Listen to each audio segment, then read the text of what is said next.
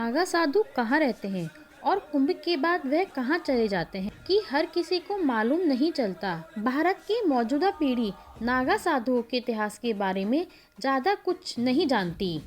बता दें, नागा साधु असल में एक विचार है जो खुद को त्यागने से शुरू होता है और यह त्याग सबसे पहले शरीर का होता है। इसमें नागा साधु बनने वाला व्यक्ति अपने आप का खुद का अंतिम संस्कार करता है, फिर पिंडदान करके नागा साधु बनने की प्रक्रिया में प्रवेश करता है और यह प्रक्रिया एक नागा साधु की मनोस्थिति के बारे में आपको बताती है, जिसमें व्यक्ति अपने हाथों से स्वयं का अंतिम संस्कार करके अपना पिंड दान कर चुका है। नागा साधु भयंकर सर्दी में भी निवस्त्र रहते हैं।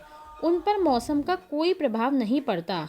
सर्दी हो, गर्मी हो, बरसात हो, उनके स्वरूप को बहुत सारे लोग कई बार समझ नहीं पाते हैं।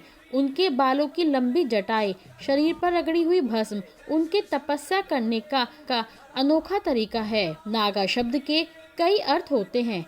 संस्कृत में नागा का अर्थ पहाड़ होता है और नागा साधु या सन्यासी उन लोगों को कहते हैं जो पहाड़ पर रहकर तप करते हैं या तपस्या करते हैं।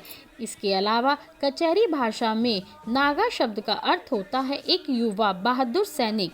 नागा साधुओं को योद्धा सन्यासी भी कहते हैं क्योंकि यह योद्धा होते हैं और इसका इतिहास गुरु आदि शुक्राचार्य जी से जुड़ा हुआ है। ऐसी मान्यता है कि जब आदि शंकराचार्य जी ने भारत की चार मठों की स्थापना की थी, तब उन्होंने इन मठों की रक्षा करने के लिए नागा साधुओं की एक टोली बनाई थी। यह वह सन्यासी होते हैं जिन्हें शस्त्रों के साथ साथ शास्त्रों का भी ज्ञान होता है और उस समय माहौल कुछ ऐसा था कि सिर्फ तपस्या करने से सनातन धर्म की रक्षा नहीं हो सकती थी।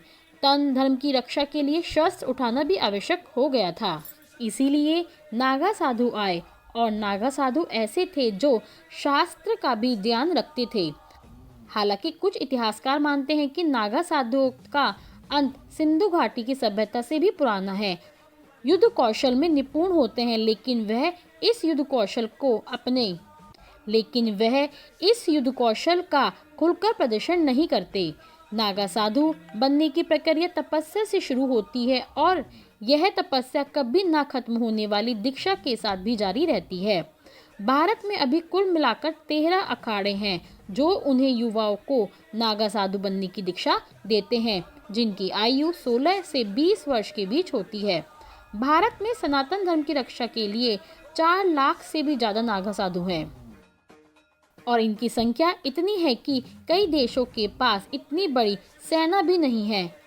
नागा साधु भिक्षा मांगकर भोजन करते हैं। उनका यह नियम है कि एक दिन में 7 घरों में या 7 लोगों से भिक्षा मांग सकते हैं और अगर कभी ऐसी स्थिति आ जाए कि उन्हें 7 घरों से या 7 लोगों से प्राप्त भोजन नहीं मिला, तो फिर वह 8वें घर भिक्षा मांगने नहीं जाते।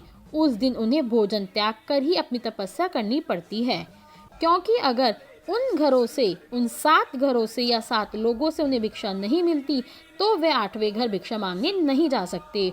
उस दिन उन्हें भूखा ही रहना पड़ता है। यह वीडियो कैसी लगी कमेंट बॉक्स में ज़रूर बताइए और आगे ऐसी वीडियोस के लिए हमारे चैनल को लाइक, शेयर और सब्सक्राइब करना ना भूलें। मिलते हैं नेक्स्ट वीडियो में।